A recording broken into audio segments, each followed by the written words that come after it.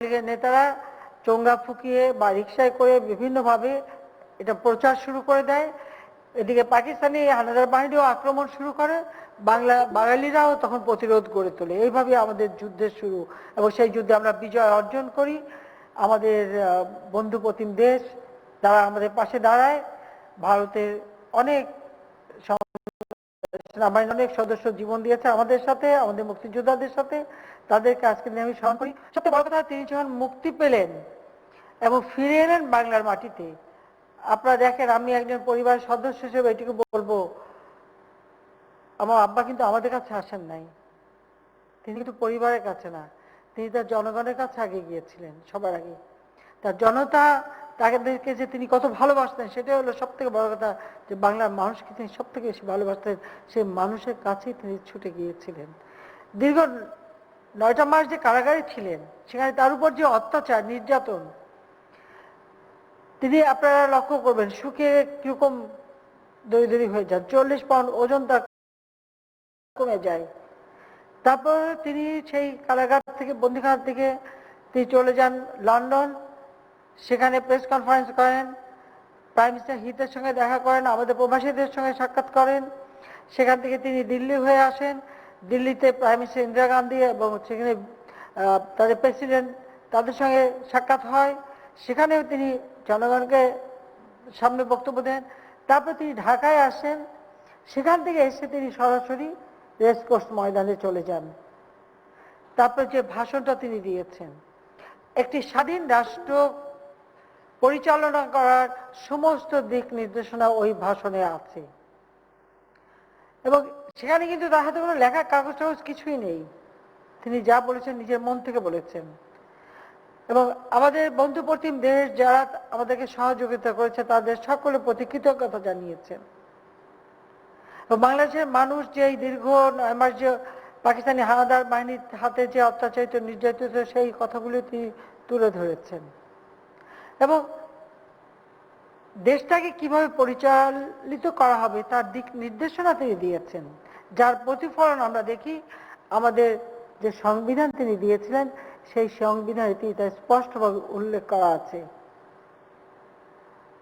একজন মানুষ একটা জাতির প্রতি, মানুষের প্রতি কতটা নিবেদিত হলে পরে, মানুষকে কতটা ভালোবাসতে পারলে এইভাবে আত্মত্যাগ করতে পারে আর এইভাবে মানুষের কথা বলতে পারে। 7ই মার্চের ভাষণ, এরপর 10ই জানুয়ারি ভাষণ। আমি বলবো আমাদের আওয়ামী লীগের সকল নেতাকর্মী সকলে পুনরায় এই ভাষণগুলি আবার নতুন করে শোনা উচিত, আমাদের নতুন প্রজন্মের শোনা উচিত। তাহলে রাজনীতি করার একটা প্রেরণা এবং দিক নির্দেশনা সবাই পাবে। 3.5 বছর মাত্র সময়, এর মধ্যে একটা বিধ্বস্ত দেশ গড়ে তুলে বাংলাদেশকে তিনি স্বল্পোন্নত দেশ হিসেবে রেখে যান। 5 বছরের একটা কর্মসূচি তিনি নিয়েছিলেন, জাতীয় ঐক্য গড়ে তুলে সকলকে নিয়ে দেশের অর্থনৈতিক উন্নতি করবার জন্য।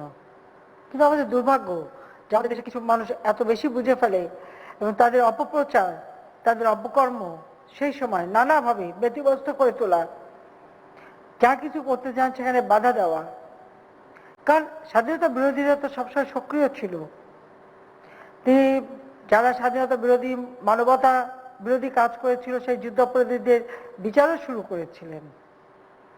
কিন্তু সেই সময় কিছু লোকের যে অপকর্ম, তাদের কথাবার্তা, তাদের মাত্র 3.5 বছর একটা সময় একটা জাতির জন্য কিছুই না, যে জাতি 24টা বছর শোষিত বঞ্চিত। এবং বাংলাদেশের যদি অতীত ইতিহাস দেখেন, একমাত্র এই ভূমিপুত্র বলতে, এই মাটির সন্তান বলতে বঙ্গবন্ধু শেখ মুজিবই প্রথম এদেশের শাসনভার হাতে নিয়েছিলেন। তার আগে যারাই ছিল তারা কিন্তু এই দেশে তাদের জন্ম ছিল না। দেশকে তিনি চিনতেন, জানতেন, ভালোবাসতেন এবং দেশের কল্যাণেই তিনি তার জীবনকে উৎসর্গ করেছিলেন। তিনি যে জাতীয় ডাক দিয়ে দ্বিতীয় বিপ্লবের কর্মসূচি দিয়েছিলেন এবং সেই ব্রিটিশ আমল থেকে তৈরি করা যে শাসন ব্যবস্থা আমূল পরিবর্তন করে গণমুখী ব্যবস্থা তিনি করবার পদক্ষেপ নিয়েছিলেন, সেটা যদি করে যেতে পারতেন তাহলে ওই পরবর্তী 5 বছরের মধ্যে বাংলাদেশ ক্ষুধামুক্ত দারিদ্র্যমুক্ত সোনার বাংলা হিসেবে গড়ে উঠত, এতে কোনো সন্দেহ নেই। কারণ আজকে রাষ্ট্র পরিচালনা করতে যে প্রতিটি ক্ষেত্রে আমি যখন দেখি যে সমস্ত কাজের ভিত্তিটা তিনি তৈরি করে দিয়ে গেছেন, আমার অবাক লাগে যে এত অল্প সময়ের মধ্যে এত আইন, এত নীতিমালা, এত কাজ তিনি কিভাবে করেছেন, এটা একটা বিস্ময়। যদি কেউ এর উপর গবেষণা করে তাহলে আপনারা দেখবেন, কারণ অনেক তথ্য আগে ছিল না, আমরা অনেক তথ্য খুঁজে খুঁজে বের করেছি। আমরা প্রত্যেকটা ক্ষেত্রে তার অবদান রয়েছে। কাজে সেই কথা চিন্তা করি যে বাংলাদেশটা স্বাধীন দেশ হিসেবে বিশ্বে মর্যাদা নিয়ে দাঁড়াক, বাংলাদেশের মানুষ মাথা উঁচু করে চলুক, সম্মান নিয়ে চলুক, এটা কেউ যুদ্ধ আমাদের স্বাধীনতা বিরোধী পরাজিত শক্তি কখন এটা চায়নি বলে জাতির পিতাকে শুধু হত্যাই করেনি, আমাদের সমস্ত মুক্তিযুদ্ধের আদর্শকে বিচ্যুত করেছিল। প্রজন্মের পর প্রজন্মকে সঠিক ইতিহাস জানতে দেয়নি। বিজয়ী জাতি হিসেবে আমাদের যে গর্ব করবার মতো কত কিছু রয়েছে, কত ইতিহাস রয়েছে, সে কথাটা এদের অনেকে জানতেই পারেনি। সমস্ত ইতিহাসটাকে বিকৃত করা হয়েছিল।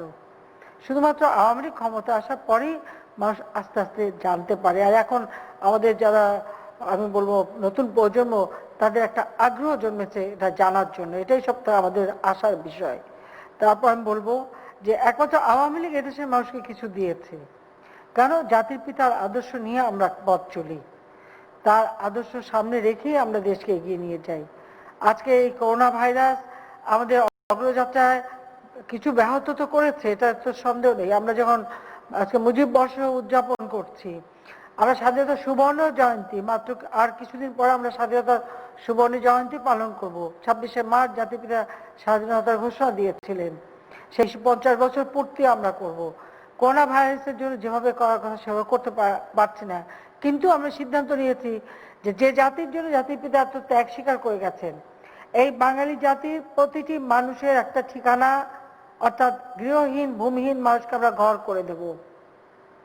এদেশে পরিবেশ রক্ষার ব্যবস্থা, আমরা যে বৃক্ষরোপণ কর্মসূচি ঘোষণা দিয়েছি, ইতিমধ্যে আমরা অনেক গাছ লাগিয়ে পরিবেশ রক্ষা করেছি, কিন্তু এটা আমাদের অব্যাহত রাখতে হবে। আপনার আমাদের আওয়ামী লীগের নেতা কর্মীদের বলবো, ছাত্রলীগ, যুবলীগ, স্বেচ্ছাসেবক লীগ, আমাদের কৃষক লীগ, শ্রমিক লীগ, যুব মহিলা লীগ সহ আমাদের যত সংগঠন আছেন, প্রত্যেকে আমি অনুরোধ করবো, আপনার বাড়ির পাশে যদি কেউ ভূমিহীন থাকে, গৃহহীন থাকে, নিঃস্ব থাকে, তাদের কথা জানাবেন। তাদেরকে আমরা সরকারের পক্ষ থেকে বিনা পয়সা ঘর করে দেব। কারণ আওয়ামী লীগ সরকার, আওয়ামী লীগ জাতির পিতা সংগঠন, এই সরকার মানে জনগণের সেবা করবার জন্য এই সরকার, জনগণের সেবক। কাজে আমরা জাতির পিতার জন্মশতবার্ষিকী উদযাপন হয়তো আমরা ঘটা করে করতে পারিনি, কিন্তু আমরা দেশের সেবা, মানুষের সেবা করেই সেটা আমরা উদযাপন করবার সিদ্ধান্ত নিয়েছি।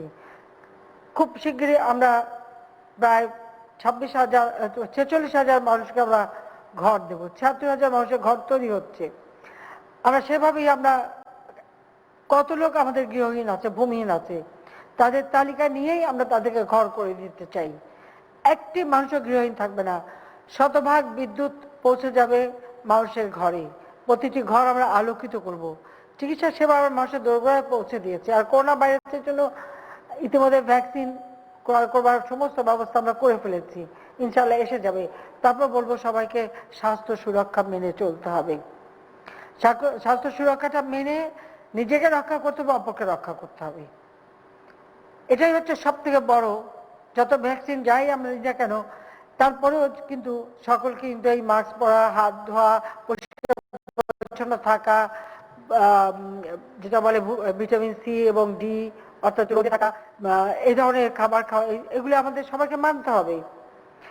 আর এগুলি মেনেই কিন্তু আমরা এই করোনা ভাইরাসকে কিছুটা নিয়ন্ত্রণে রাখতে পেরেছি।